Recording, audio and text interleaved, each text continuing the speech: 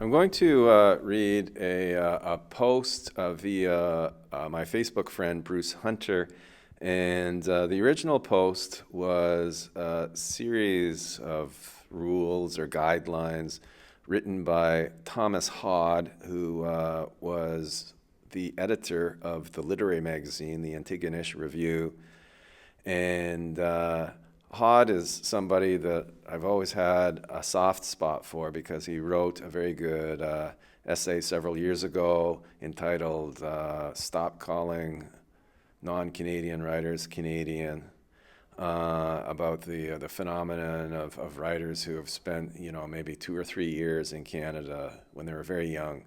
The way arts journalists tend to sort of glom onto the success of those particular writers when they move on to another country and write about life in that other country, and yet somehow are considered Canadian, despite the fact that they have very few roots in Canada. It's a sort of anxiety, it's a sort of needy desire on the part of Canadian cultural gatekeepers to sort of try to puff up the accomplishments of Canadian literature. In any case, these are some of the points that Hodd makes. Some wisdom I'd like to pass on as a departing editor. And these are his opinions about what makes or breaks a short story. One, if you need that much dialogue, you should be writing for the theater. 2, the longer the cover letter, the more dubious the submission. 3, a story needs conflict, period. 4, even talented writers submit unpolished work. 5, nonfiction is about what you discovered, not what you did. Learn the difference. Okay, that's nonfiction, not fiction. 6, yes, Virginia, there is such a thing as bad poetry, and there are 1,000 ways to write it. 7, if you can't spell the name of the journal or editor properly, then you should probably find a career other than writing. 8, cleverness is the second easiest way to get your work rejected. 9, there is no correlation between how long it takes to respond to a submission and how good it is. 10, if your protagonist hasn't changed in some way by the end of the story, start over. 11, most authors don't want to read or pay for literary journals. They just want to be published in them. 12, following number 11 is the quickest way to kill a literary journal.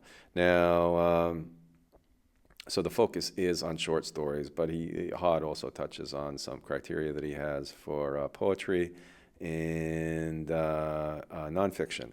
The point that I would like to make is that some of these guidelines are more appropriate probably for novels. For example, the importance of a character growing within the narrative. And this is a point that Brian Palmu alludes to sort of indirectly. Palmu insists that the characters don't need to change in stories. I don't know if that's his opinion about novels too. But in any case, certainly in a short story, there doesn't need to be the same sort of evidence of personal growth, psychological growth, however you want to put it.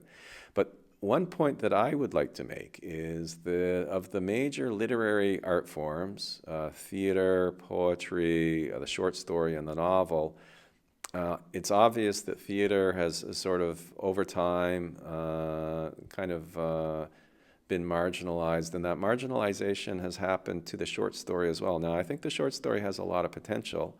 Theater is complicated because you need a theater, you need the actors, you need a lot of money to stage productions. Short stories theoretically should be a form that finds it easier to survive. But one big problem that short stories have is they're not really amenable to the 21st century, which is very much driven by the internet, by social media, and so forth. And novels, of course, being sort of a prestige literary form, still get a lot of attention via online avenues. Poems have adapted very well to online culture. That is, if their authors are willing to put their poems online. Short stories, for some reason, have just sort of fallen by the wayside, but their marginalization, I think, has been partly self-induced.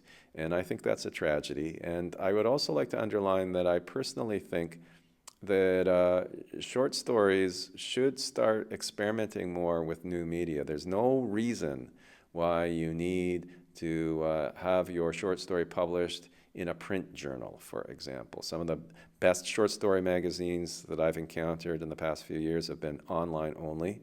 And a corollary of that is that if a short story can be online, it can also be in the form of what I call an authorial movie story. It can be recited. It doesn't need to be words printed on a screen or on the page. It can be a more video type form, a more oral form.